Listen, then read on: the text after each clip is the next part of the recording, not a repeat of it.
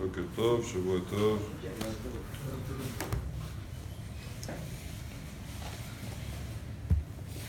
Alors on sait tous qu'il y a une mitzvah spéciale la veille de Yom Kippour de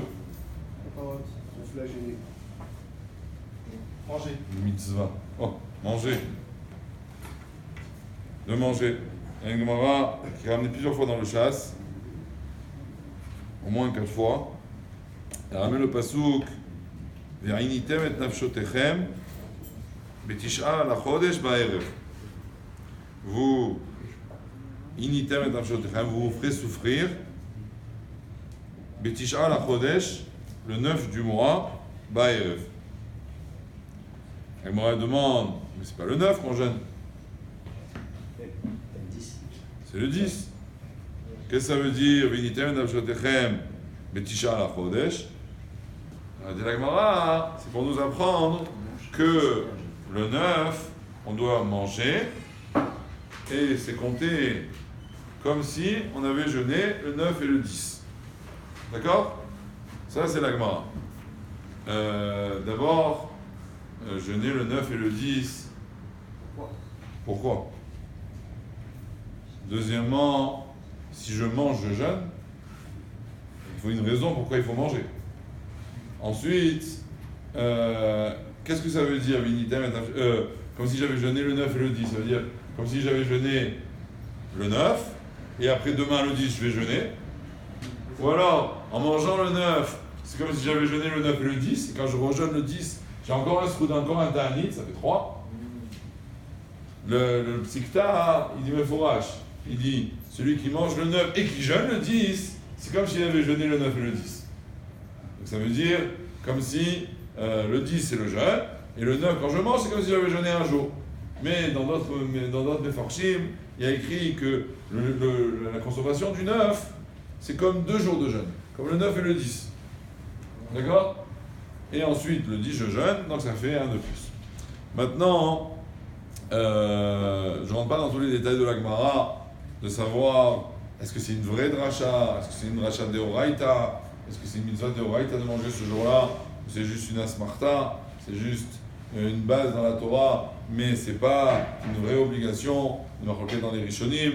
Est-ce que on sait que dans Pessah aussi il y a écrit Be'arba Asar Ba'erev, et là-bas on dit tout simplement qu'il faut manger le soir de Pessah, le 15, à la fin du 14, au début du 15. Donc on aurait pu dire ici aussi qu'à la fin du 9, au début du 10, on commence à jeûner. D'ailleurs, on a pris un des avis dans la Gemara. C'est de là qu'on apprend qu'à Yom Kippour, il faut rajouter. On ne peut pas commencer juste à la nuit ou juste à l'Ashkia, il faut rajouter un peu avant. Parce que comme ça, on commence déjà le 9. Donc cette dracha, elle n'est pas 100% mouchachat. Mais, quand même, elle a été retenue, la halakha. Je prends donc qu'il la ramène. Il la ramène sous 2 aspects. Premièrement, il nous dit qu'il faut manger la veille de Kippour. Et deuxièmement, il nous dit on n'a pas le droit de jeûner la veille de Kippour. Ce sont 2 choses différentes. Rashi, sur la Gemara, quand la Gemara ramène qu'il faut manger le 9, il dit celui qui mange le 9, c'est un inouï. C'est-à-dire, c'est une souffrance. On ne comprend pas trop, manger, c'est pas une souffrance. Dans un autre endroit, Rashi dit, dans une autre Masechet, sur la même Gemara, Rashi dit qu'il faut manger beaucoup. Puisque c'est une mitzvah, il faut manger beaucoup. Donc déjà, là il y a il y a plusieurs paramètres. Alors je vais vous dire un petit peu rapidement les ta'amim qui sont ramenés dans les Rishonim et Achronim sur la raison de jeûner. La première raison, elle est ramenée dans le Tour et dans le Beth Yosef, c'est que, étant donné qu'on va jeûner le 10, Akadosh Baruch Hu, il nous a ordonné un seul jeûne dans l'année. Le seul jeûne qui est de la Torah, hein, monsieur Madar? Le seul jeûne de la Torah, c'est Yom Kippour. Tous les autres jeûnes, c'est des jeûnes des Rabbanan, à cause de la destruction du temple. Donc, le Tour, il dit qu'Akadosh Baruch Hu nous a ordonné un seul jour par an de jeûner, mais il a pitié de nous. Il a de la peine. Il sait que nous, les Juifs, on a du mal à ne pas manger.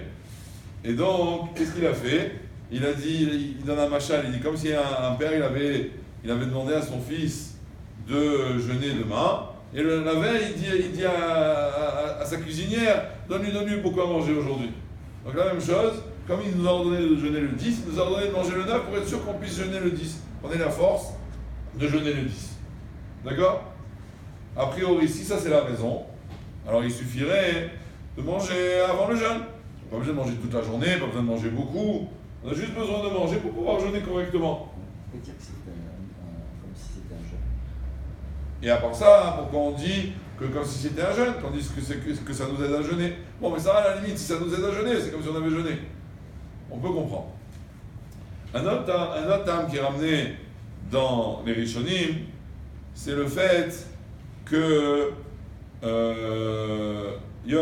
veille de Yom Kippour, les Maaseh Yom Kippour, c'est un jour de Yom Tov. C'est un jour de fête. Un jour de fête, normalement on mange. Mais là, à Yom Kippour, on ne peut pas manger, puisqu'on nous a demandé de jeûner. Donc on a avancé le fait de manger le jour de fête à la veille. Donc ça ramène. Ça pourrait être le jour d'après. Non, c'est jamais le jour d'après. Le jour d'après, c'est avance maintenant, pas tel qu'on avant, à la nuit, tu peux être Magdim, même dans l'Ascarot, des fois tu commences avant, et ainsi de suite. Tu commences avant, tu fais une Akdama. Alors il y en a qui disent que c'est pour le fait que c'est Yom Tov, il y en a qui disent que c'est pour le fait qu'il faut de la Simcha. Et le jour de Kippour, on n'est pas trop en Simcha, c'est pas la raison, comment on dit, la matara principale de Kippour, c'est pas Simcha. Donc la Simcha, on l'a fait avant. Il y en a qui disent que on est au joyeux qu'on va avoir Yom Kippour. Qu'Hachem nous a donné un jour comme Yom Kippour pour se faire pardonner, donc on est joyeux là-dessus. C'est pour cela qu'on mange. D'après toutes ces raisons-là, les Seudot, si c'est un jour de Yom Tov, on doit faire toute la journée, même la nuit d'avant. Comme un Yom Tov normal, on mange le soir et on mange le lendemain. Là aussi, si le 9 c'est un Yom Tov, alors à la place du 10, on devrait manger déjà le 9 au soir, le 9 pendant la journée. Il y a d'autres Mefarshim qui disent l'inverse, qui disent que quand on mange beaucoup, c'est plus difficile de jeûner. Et donc, on nous a demandé de manger le 9 pour que ce soit plus dur de jeûner le 10 et pour être mieux Mekayem, la mitzvah du Haïnoui, le fait qu'il faut souffrir. C'est écrit dans certains Mefarshim. Les Maaseh, ça dépend comment on explique quelle est la mitzvah de Inouï. Si effectivement la mitzvah de Inouï c'est de se faire souffrir, alors effectivement, c'est peut-être le fait de manger beaucoup avant, ça va plus nous faire souffrir. Mais les Maaseh, c'est pas évident que c'est ce qu'il a demandé à Kadosh Baruch Hu à Kippour. Dans les jours de Ta'aniot, en général, quand on jeûne pour la pluie ou autre, alors là-bas il y a écrit qu'il y a un peu de Havelout, un peu de contrition et de se faire souffrir. Mais dans Kippour, a priori, c'est pas ça le but. Le Inouï de Kippour, il est différent. Le Inouï de Kippour, il est pour qu'on se déconnecte de la matérialité. C'est-à-dire qu'on voit que dans Kippour, on est comparé à des anges. Pourquoi? Parce que ni on mange, ni toutes les choses qui sont interdites Kippour, c'est des choses pour qu'on se déconnecte du corps. Qu'on soit concentré sur notre Neshama et sur notre comment on dit, Chibour, notre connexion avec Akadosh Baruch Hu. Et donc, si c'est ça la mitzvah du Inouï, alors à ce moment-là, il n'y a pas de raison de se faire souffrir. Il y a juste une manière de se déconnecter du corps. Les Maaseh, le Rambam, quand il ramène la mitzvah de jeûner à Kippour, il appelle ça Shvita Tassor. Ça s'appelle le fait d'être chauvette, de ne pas travailler. Il dit premièrement ne pas travailler, deuxièmement ne pas manger. C'est une déconnexion de la nourriture. Il n'a pas appelé ça un tzom, il n'a pas appelé ça un inouï tellement, il a plus appelé ça une shvita, une déconnexion. Bon, je rajouterai 2-3 termes qui sont ramenés dans les achronim, qui sont jolis. Il y a un Rodvash qui ramène que c'est une espèce d'offrande à la matérialité. De même qu'à Kippour, on amène le Seir la Azazel, on envoie à Azazel, c'est notre tribut au mal.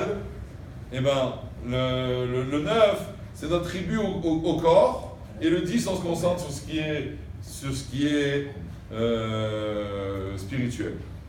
Un autre pirouche qui est ramené aussi dans les Achronim, qui est aussi joli, c'est le fait que, c'est quoi le principal dans Kippour? C'est la tchouva. Comment on fait tchouva? Dans ce qui est Ben Adam la Makom, on fait tchouva et Yom Kippour, on demande pardon.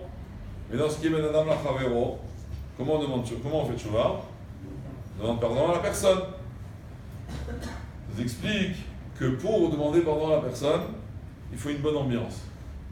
Et donc comme ça, on le fait le 9. Le pardon, on le demande le 9. Et le 10, on fait Kippour. Donc pour pouvoir se rentrer dans une ambiance de slicha ou mechila, de convivialité, on va dire, et de pouvoir demander pardon plus facilement à son prochain, alors il y a ce inyan d'être en Séouda, d'être joyeux, dans une espèce de joie qui va nous aider à demander plus facilement mechila. C'est ce que je souhaite à tout le monde, Bezrat Hashem, pour ceux qui pour. Chazak ou Baruch.